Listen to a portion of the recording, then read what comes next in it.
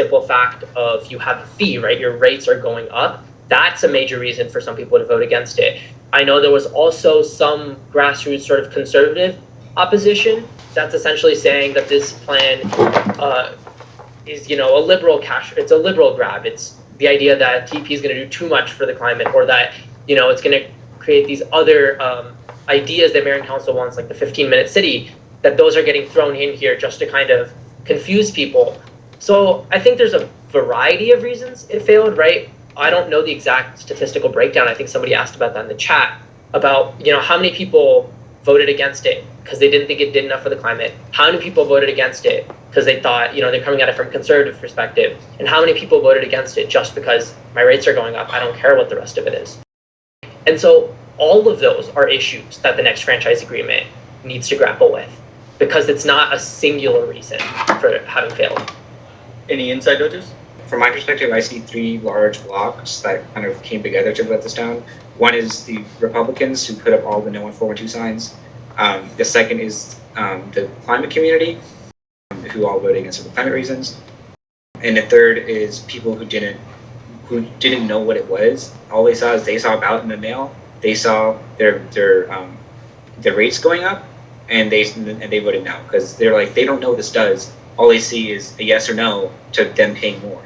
Obviously, they're going to vote no. Of those, if any future franchise agreement is going to have climate action in there, then we can forget about trying to get votes of the Republicans. Yeah. But what's important is getting the people who voted no because of like the $1 raising rates, actually explaining to them, either if we raise rates again in the next franchise agreement, explaining to them what that money would do and how it would benefit them, actually explaining to them what this franchise agreement is and why they should vote yes and not just blind vote no. Because the current election, the like info pamphlet they got was just the text of the franchise agreement. There weren't any pros, there weren't any cons, there weren't any simple explanations. They had no idea what they're looking at. And so actually explaining what it is to voters, to undecided voters, is going to be really important in the next election. Any insights from you, Steve? Some people are going to vote against it because it was the liberal city council trying to cram down a phony climate issue and all that conspiracy theory. That cohort is not going to be brought into a yes as long as we have climate items included in a franchise agreement. Another issue is the timing was bad for TEP. They were just approved an increase in rates, roughly $10 a month for the next 12 months to the bill costs. They still have a 12% increase in front of the Corporation Commission. So the timing was bad for them. I think the optics of what they sent out, their mailer, nobody's going to sit and read a 28-page contract that has a bunch of definitions and things. And normally when you get an election package, very clear statements, this is what it will do, this is what it won't do, and pro con. When people, I believe, have a tendency, if I don't understand something, to say no, it needs to be sanitized. It needs to be not resiliency fees. And we need to understand also that when not just these two guys, but other members of the environmental community are saying we need to load up the franchise agreement with climate resiliency requirements, that's not what a franchise agreement is intended to do. It is very simply to allow the utility to work in a public rights of way. You're saying that the mayor and council should commit to basically holding an election hostage until some sort of side agreement is reached, and not put it on the ballot until TEP is followed through on that. Yeah, I think the city needs to flex its muscle a bit more.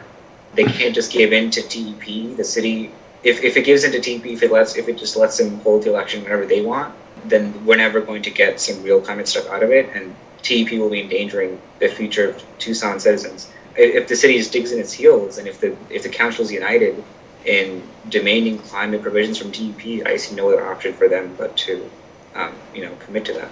Yeah, that's some good political hardball insight from Ojas there. Tanish, do you have anything you want to highlight there? On the next franchise agreement, just say, oh, well, we're going to send it to the voters. You know what I mean? The voters need to decide. No, they do have the ability to, and they should, like you said, hold the election until we have a definitive parallel agreement. And I do like, the idea of a parallel agreement, because as I just saw in the chat, and it's been said throughout this process, by kind of muddling the issues of undergrounding of the franchise agreement of climate, you can kind of greenwash the undergrounding in the franchise agreement, right? Even if the current climate concessions are very, very minimal, by talking about climate, by talking about the resilience fee, you're creating the impression that TEP has a much larger financial commitment to climate and fighting climate in Tucson than it currently does. So a parallel agreement wouldn't let them hide behind these words, and it wouldn't let them greenwash the agreement as much, because it's a completely separate document that's about the climate, right? And I think that's really important, because TEP is forced to negotiate on climate as an individual issue instead of muddling them and getting them confused.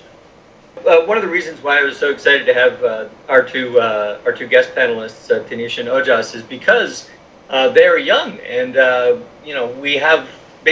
looking at a 25-year commitment in this franchise agreement, and that's a good chunk of these gentlemen's working lives. Do you guys have any perspective on whether you think that a 25-year agreement is appropriate, and is there any possibility we can make that renewal process, less time? So, 5, 10-year, 15 agreement instead of a 20 or 25-year agreement, so that, we have time to adjust and make course changes over the next, couple of decades that we're probably going to need to, because, we're facing very rapid, environmental change here in southern Arizona. You guys have any perspective on that? Yeah, I think 25 years is way too long. First, off-ramp, as Kazachik described it, being at 10 years, I think is also way too far into the process. We have, the IPCC has said repeatedly, we have 7 more years to have all of our carbon emissions. We have until 2030, and 10 years is going to be 2033. Like, we need to see a massive shift in how we get our energy, both locally with GEP and nationally across the entire country and the whole world, in these next 10 years. And a 25-year long agreement with the first chance to sit down again being at the end of 10 years is way too long. In my opinion, the next franchise agreement should be much shorter of a term. It should end at 10 years and maybe have renegotiation at 5 years, maybe even like 2 points in the next 10 years. But I think that the duration needs to be much shorter, because the state of energy is changing rapidly in this country, and we can't tie ourselves to a quarter century agreement, as you described it. Excellent point.